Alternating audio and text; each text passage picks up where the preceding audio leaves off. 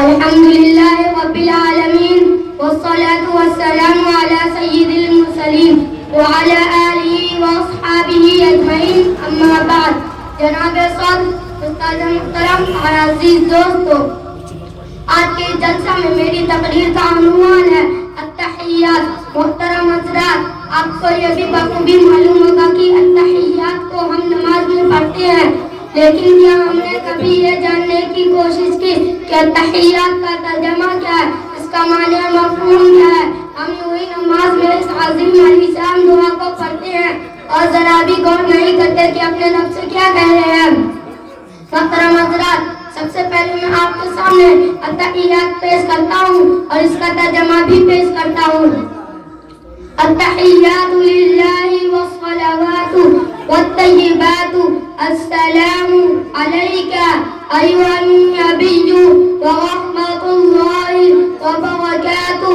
السلام علینا وعلی عباد اللہ الصالحین. اشہد ان لا الہ الا اللہ واشہد ان محمدا عبدہ ورسولہ. ترجمہ: سب عبادتیں جو زبان بدن سے ہو سکے اللہ کے لیے. سلام تم پر اے نبی صلی اللہ علیہ وسلم اور اللہ کی رحمت اور برکت. سلامتی ہو ہم پر اور اللہ کے نیک بندوں پر. میں گواہی دیتا ہوں کہ اللہ کے سوا کوئی عبادت کے لائق نہیں، اور میں گواہی دیتا ہوں کہ حضرت محمد مصطفیٰ صلی اللہ علیہ وسلم اللہ کے بندے اور اس کے رسول ہیں.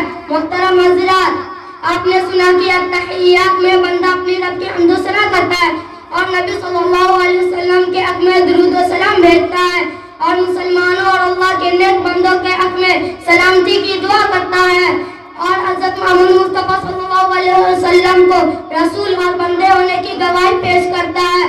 آخر میں دعا کرتا ہوں کہ اللہ